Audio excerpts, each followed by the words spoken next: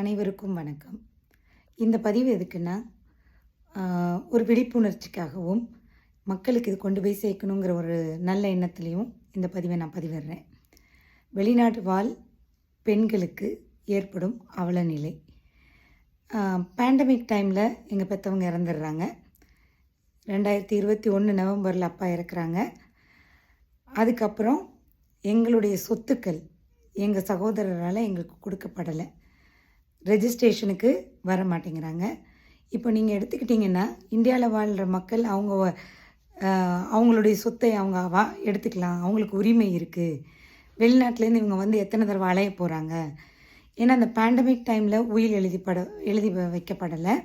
அதனால் இப்போ மியூச்சுவலாக பிரிச்சுக்கணும் ஒன்று, அப்படி இல்லைன்னா விடுதலை பத்திரத்தில் கையெழுத்து போட்டால் தான் அந்த சொத்தை நம்ம பிரிச்சுக்க முடியும்.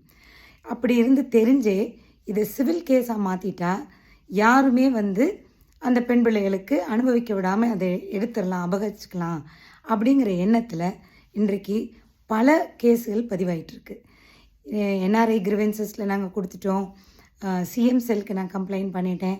பட் இது சிவில் நேச்சரில் போகிறதுனால யாராலையும் எந்த ஆக்ஷனும் எடுக்க முடியாது. பட் இதில் ஒரே ஒரு இது இருக்கணும், இது வந்து ஒரு எமர்ஜென்சி கேஸாக தான் நீங்கள் எடுக்கணும். ஏன்னா இதில் வந்து பேண்டமிக் டைமை யூஸ் பண்ணி எந்தெந்த சொத்துக்கெல்லாம் விடப்பட்டுச்சோ பெண் குழந்தைகளை ஏமாற்றாமல் அவர்களுடைய சொத்து அவர்களுக்கு போய் சென்றடையணும்.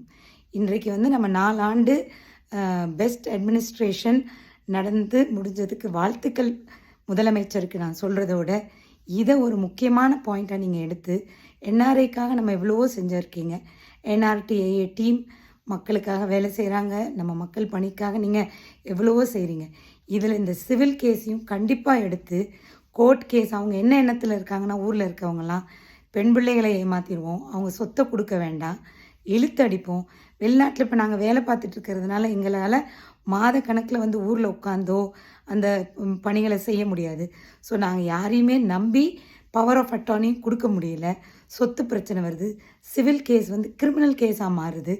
கமிஷனர்கிட்ட போய் நான் கம்ப்ளைண்ட் கொடுக்கும்போதும் மேடம் சொன்ன அதே இது தான், எல்லாமே சிவில் கேஸ் தாம்மா, எல்லாமே சீட்டிங் தான் நடந்துகிட்ருக்கு.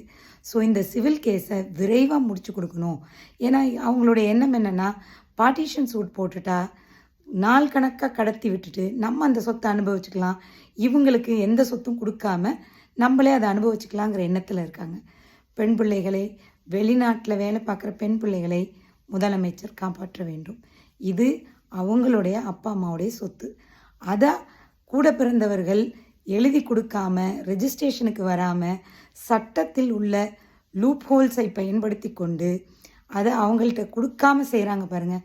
இதுக்கு விரைவாக ஒரு முடிவு கொடுக்கணுன்ட்டு சட்டமன்றத்துக்கோ கோர்ட்டுக்கோ நமக்கு நீங்கள் வந்து ஒரு ஆர்டர் கொடுக்கணுன்னு பணிவன்புடன் நான் கேட்டுக்கொள்கிறேன்.